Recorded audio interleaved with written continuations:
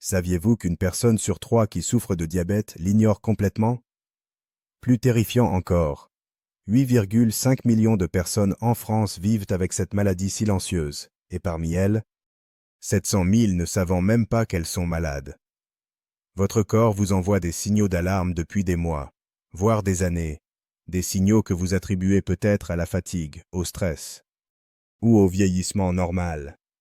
Mais si je vous disais que ces petits désagréments du quotidien que vous négligez pourraient être les premiers cris d'alarme d'une maladie qui tue plus que les accidents de la route?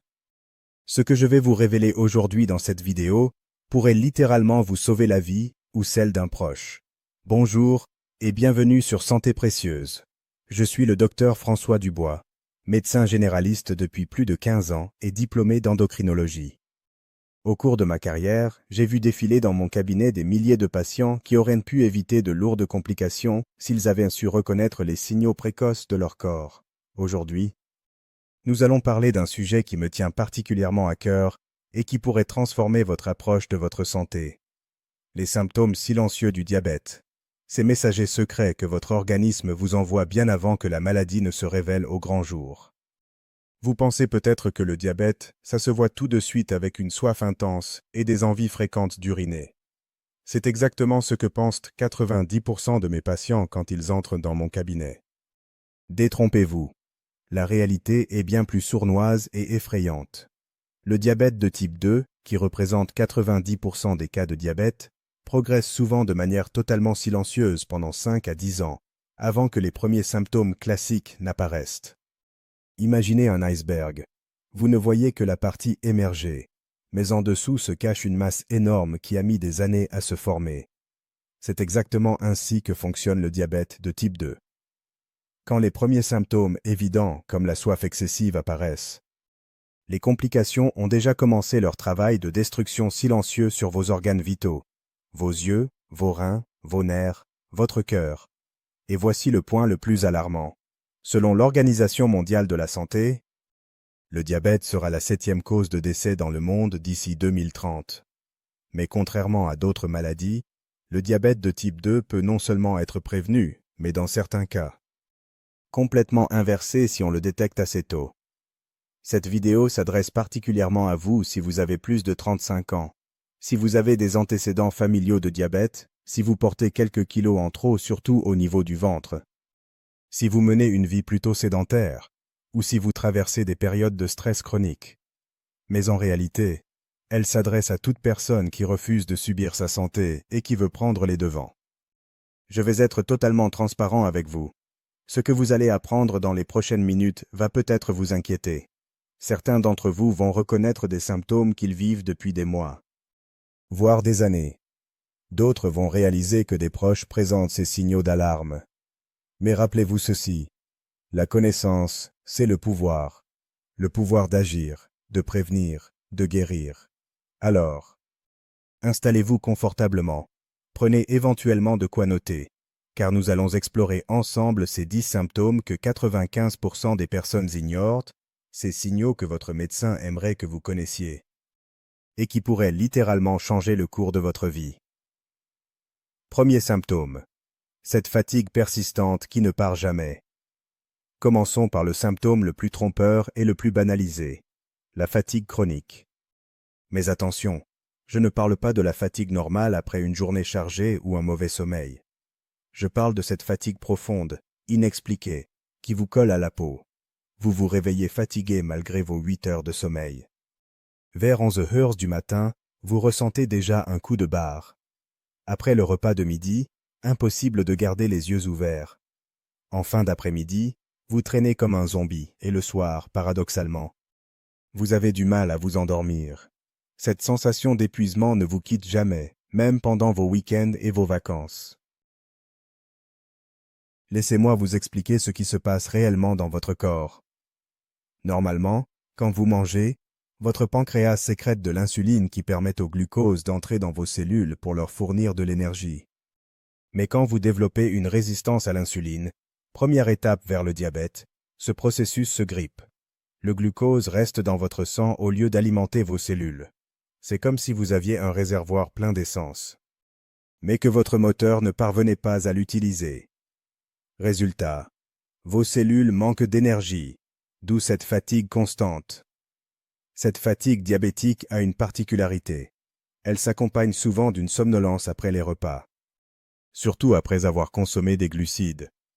Si vous vous endormez systématiquement dans votre fauteuil après le déjeuner, ce n'est peut-être pas normal. Mais ce qui rend ce symptôme particulièrement vicieux, c'est qu'il s'installe progressivement. Vous vous habituez lentement à ce niveau d'énergie réduit, vous attribuez cette fatigue au stress, au travail, à l'âge. Vous compensez avec du café, des excitants, ou des siestes qui ne vous reposent jamais vraiment. Deuxième symptôme. Vos blessures qui cicatrisent anormalement lentement.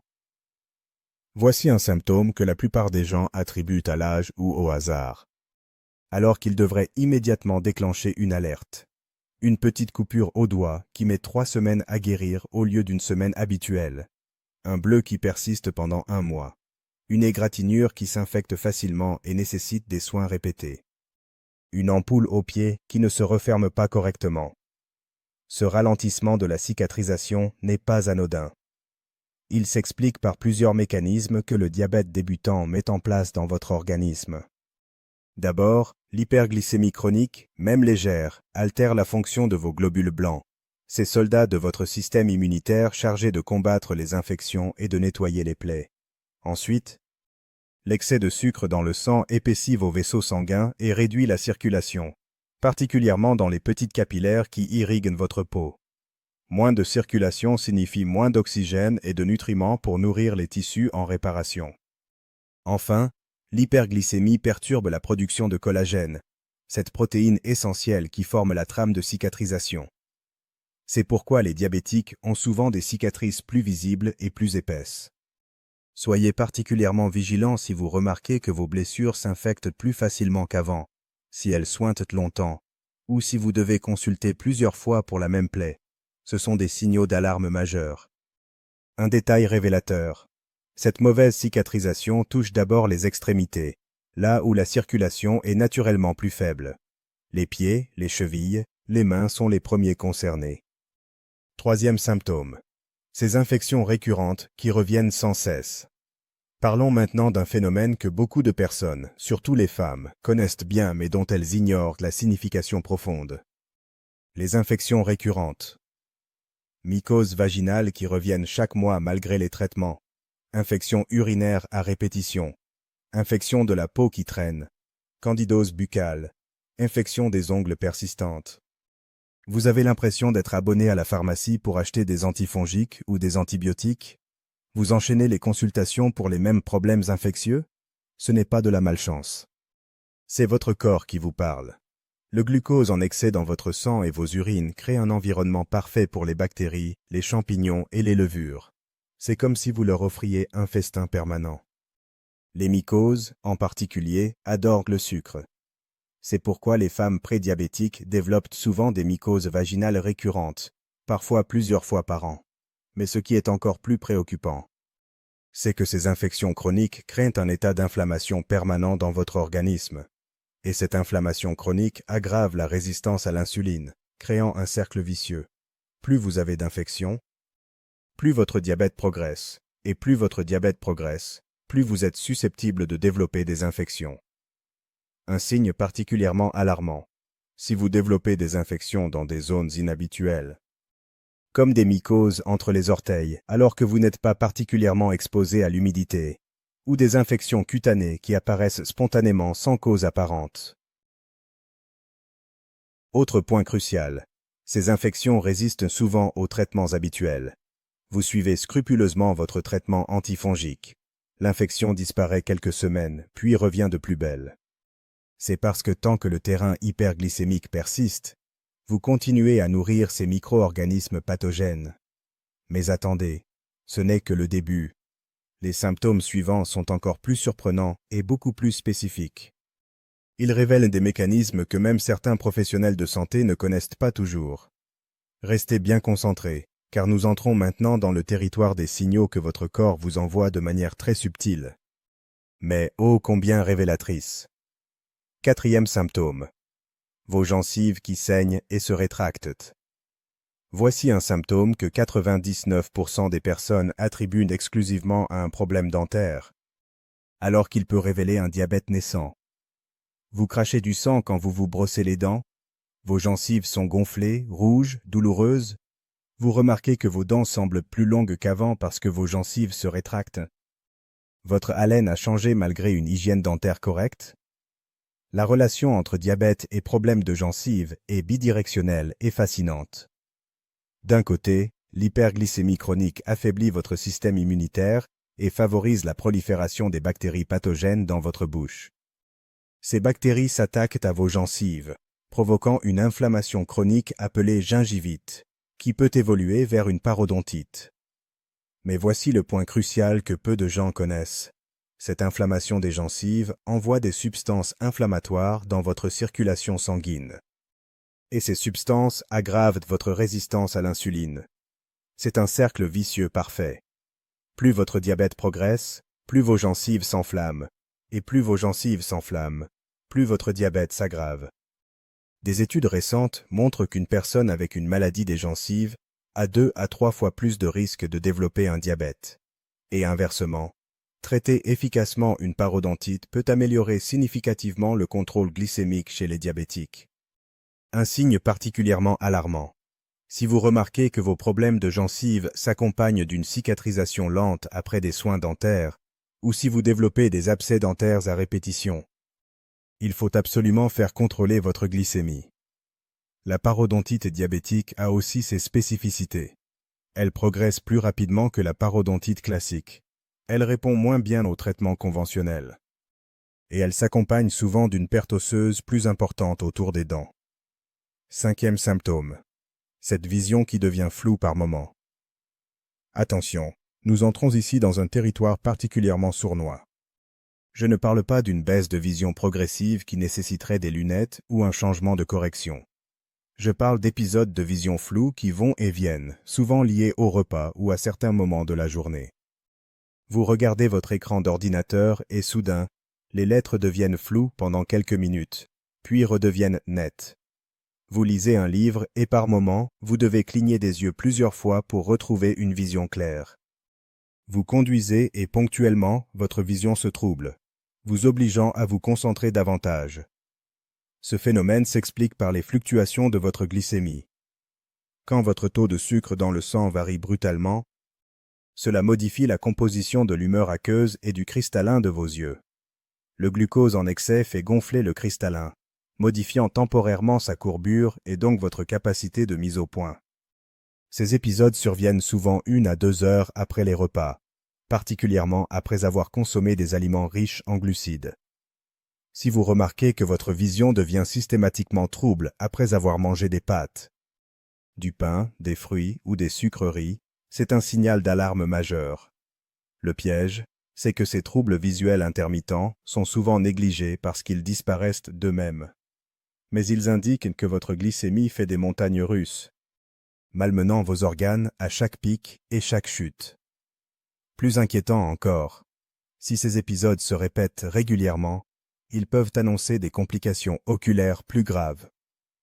Le diabète est la première cause de cécité chez les adultes de moins de 65 ans dans les pays développés. Certaines personnes décrivent aussi des phénomènes visuels plus subtils, des halos autour des lumières, une sensibilité accrue à l'éblouissement, ou une difficulté à passer de la lumière à l'obscurité et vice-versa. 6e symptôme. Ces picotements dans vos mains et vos pieds. Nous abordons maintenant l'un des symptômes les plus précoces et les plus caractéristiques du prédiabète, mais aussi l'un des plus négligés. Les troubles sensitifs des extrémités. Des fourmillements dans les doigts que vous attribuez à une mauvaise position pendant le sommeil. Des engourdissements dans les pieds que vous mettez sur le compte de chaussures trop serré. Des picotements dans les orteils que vous pensez liés au froid. Parfois même des sensations de brûlure ou de décharge électrique dans les pieds. Mais il y a des signes qui ne trompent pas. Ces sensations apparaissent souvent de façon symétrique. Les 2 pieds en même temps, les 2 mains simultanément. Elles débutent généralement par le bout des orteils et remontent progressivement, comme si vous portiez des chaussettes invisibles qui se resserrent.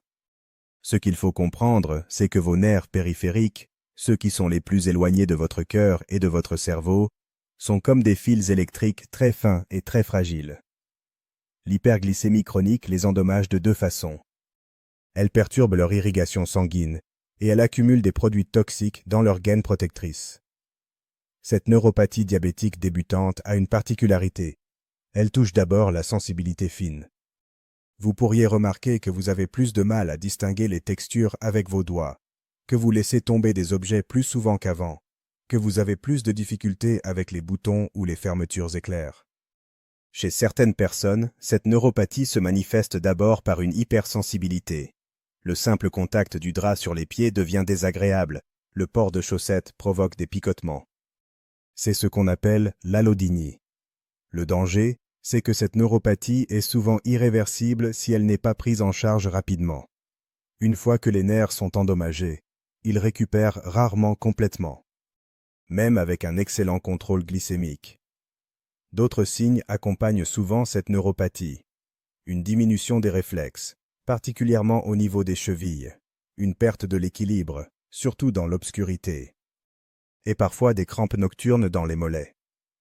Nous arrivons maintenant aux symptômes les plus méconnus, les plus surprenants, ceux que même certains médecins peuvent passer à côté parce qu'ils semblent totalement déconnectés du diabète. Pourtant, ils sont parfois les premiers signaux que votre corps vous envoie, des années avant que votre glycémie ne devienne officiellement diabétique. Préparez-vous à découvrir des connexions que vous n'auriez jamais imaginées. 7e symptôme. Votre peau qui devient étrangement sombre. Voici un symptôme visuel spectaculaire mais méconnu du grand public. L'apparition de taches sombres et veloutées sur certaines zones de votre corps. Ces zones d'hyperpigmentation apparaissent généralement au niveau du cou, des aisselles, de l'aine, parfois sous les seins chez les femmes, ou même au pli des coudes et des genoux. Au début, vous pourriez penser que c'est de la saleté. Vous frottez énergiquement sous la douche, mais ces taches ne partent pas. Elles ont un aspect velouté, légèrement surélevé, et une couleur qui va du brun clair au noir selon les personnes. Ce phénomène porte un nom médical. L'acanthosis nigricans. Et c'est l'un des marqueurs les plus précoces et les plus fiables de la résistance à l'insuline, cette étape qui précède le diabète de type 2. En fait, ces taches peuvent apparaître 10 à 15 ans avant que votre glycémie ne devienne anormale aux analyses classiques. Le mécanisme est fascinant. Quand votre organisme devient résistant à l'insuline, votre pancréas compense en produisant de plus en plus d'insuline. Cette hyperinsulinémie stimule anormalement certains récepteurs de votre peau, provoquant une multiplication accélérée des cellules cutanées et une surproduction de mélanine, le pigment qui donne la couleur à votre peau. L'acanthosis nigricans touche environ 75% des personnes obèses et 20% des personnes en surpoids modéré. Mais voici l'information cruciale. Sa présence multiplie par 5 le risque de développer un diabète dans les 10 années suivantes. La bonne nouvelle, c'est que contrairement à beaucoup d'autres complications du diabète, l'acanthosis nigricans peut être réversible.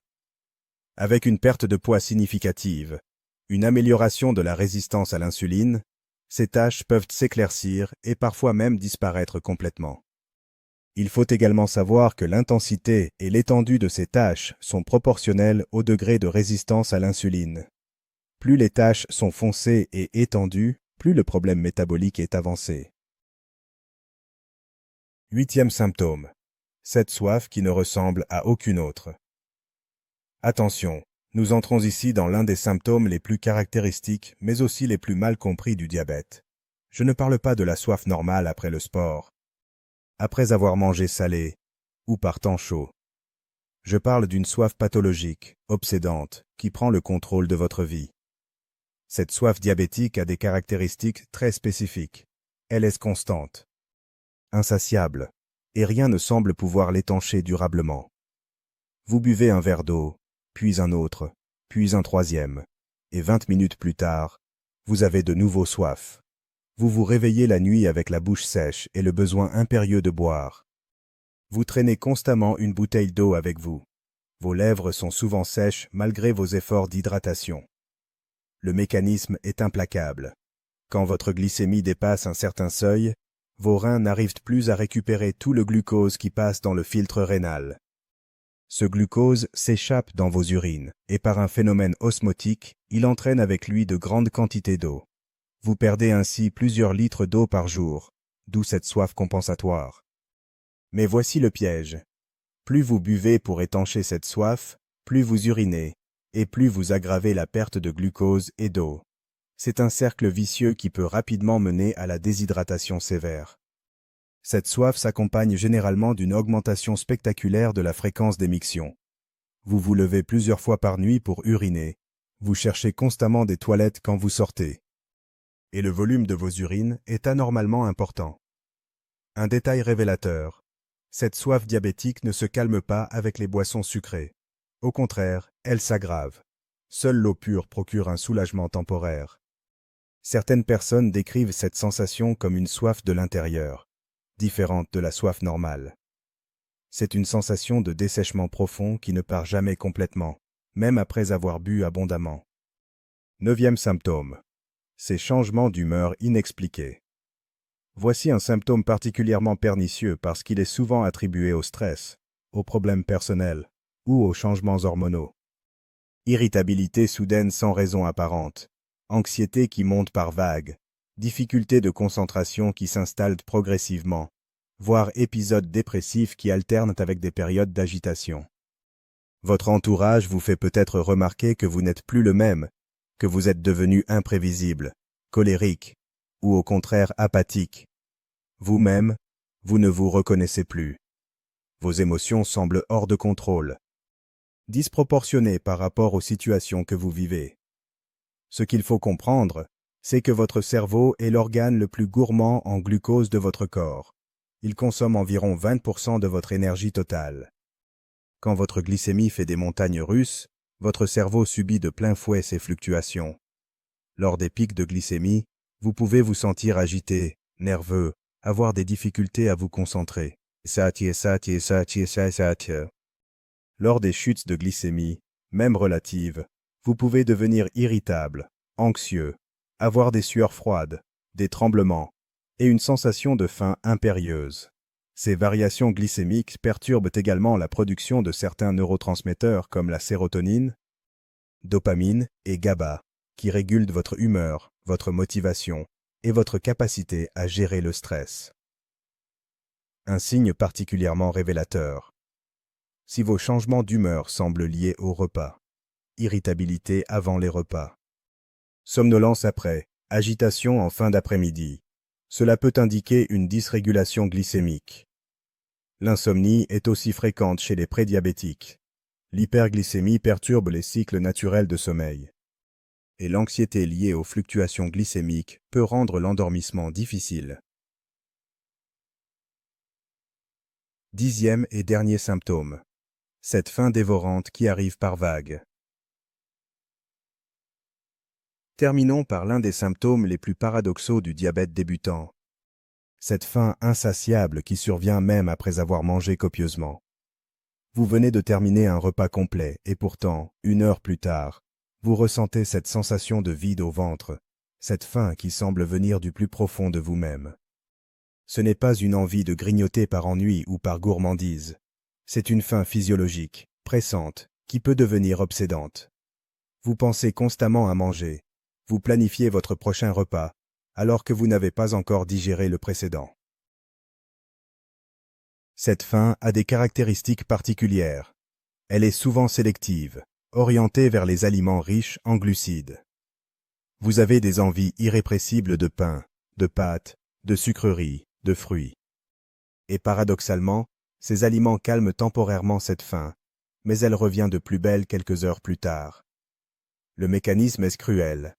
Vos cellules, privées de glucose utilisable à cause de la résistance à l'insuline, envoient des signaux de famine à votre cerveau. Votre hypothalamus, le centre de contrôle de la faim, reçoit ces messages de détresse et déclenche cette sensation de faim dévorante, même si votre sang regorge de glucose. C'est pourquoi beaucoup de prédiabétiques prennent du poids malgré leurs efforts pour contrôler leur alimentation. Plus ils mangent pour calmer cette faim, plus ils alimentent le cercle vicieux de la résistance à l'insuline. Cette faim s'accompagne souvent de fringales nocturnes. Vous vous réveillez la nuit avec une faim si intense qu'elle vous empêche de vous rendormir. Vous vous dirigez vers la cuisine pour grignoter quelque chose de sucré. Un signe particulièrement alarmant. Si cette faim survient peu de temps après avoir mangé des aliments sucrés ou riches en glucides, cela indique une réaction hyperglycémique suivie d'une chute brutale de la glycémie. Maintenant que vous connaissez ces 10 signaux d'alarme, parlons prévention et action. Car oui, le diabète de type 2 peut non seulement être prévenu, mais dans de nombreux cas, il peut être inversé si on intervient suffisamment tôt.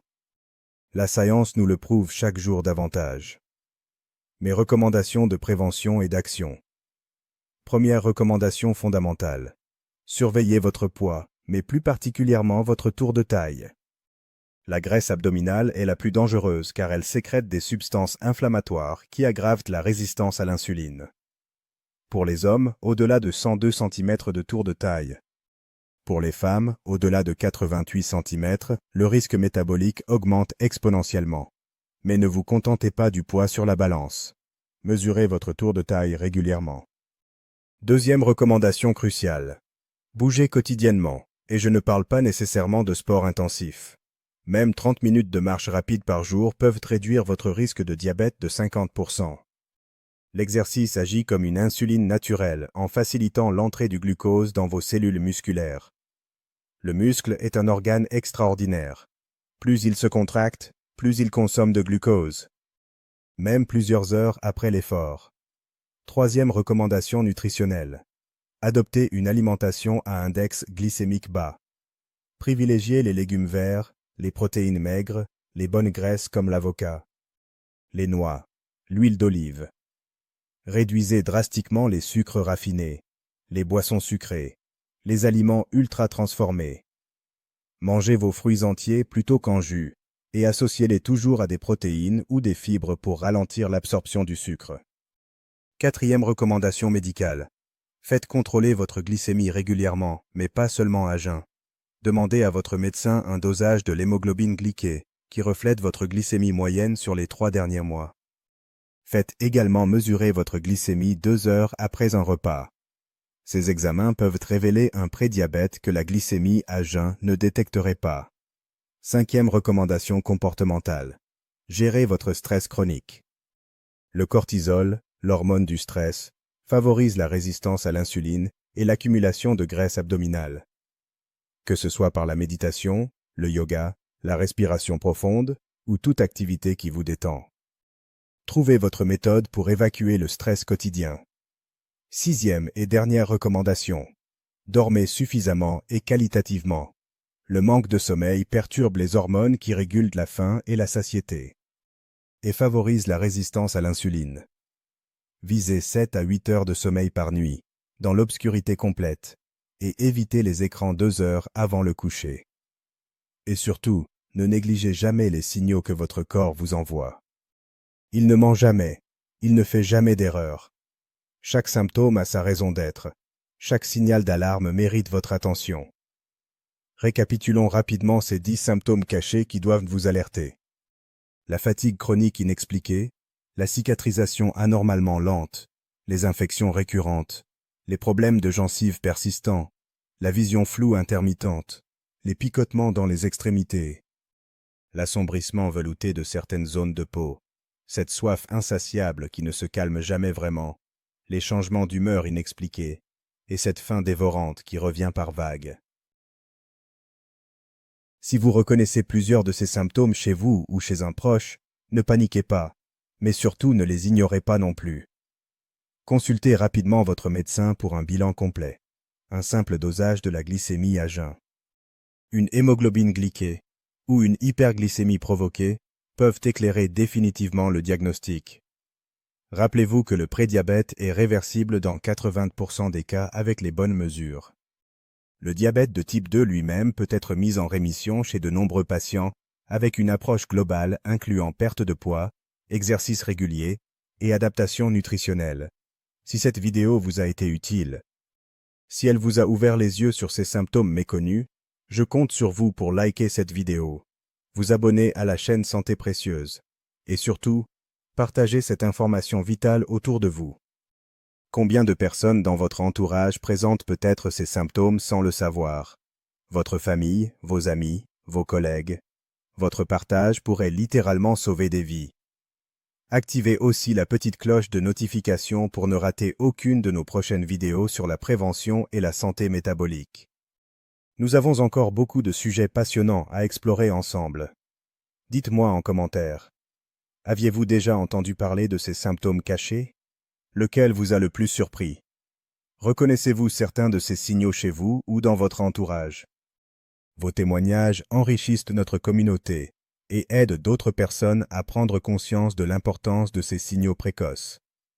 N'hésitez pas à poser vos questions. J'essaye de répondre personnellement à un maximum d'entre vous. Et si vous souhaitez aller plus loin dans votre démarche de prévention, retrouvez en description de cette vidéo des liens vers des ressources fiables, des outils d'auto-évaluation et des guides pratiques pour mettre en place concrètement les recommandations que nous avons vues aujourd'hui.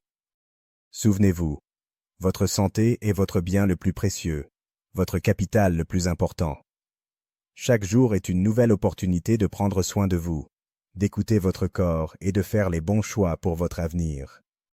Le diabète n'est pas une fatalité quand on sait le reconnaître à temps et qu'on a le courage d'agir. Votre corps vous parle en permanence, il vous envoie des messages d'amour déguisés en symptômes. Il ne cherche pas à vous nuire. Au contraire, il fait tout pour vous protéger et vous alerter avant qu'il ne soit trop tard. Il suffit d'apprendre à l'écouter, à décoder son langage et à lui donner ce dont il a besoin pour fonctionner de manière optimale. Prenez soin de vous, chouchoutez votre santé métabolique et souvenez-vous que chaque petit geste compte. Chaque amélioration, même minime dans vos habitudes, peut avoir un impact majeur sur votre futur. À très bientôt sur Santé Précieuse pour de nouvelles découvertes qui transformeront votre approche de la santé et du bien-être.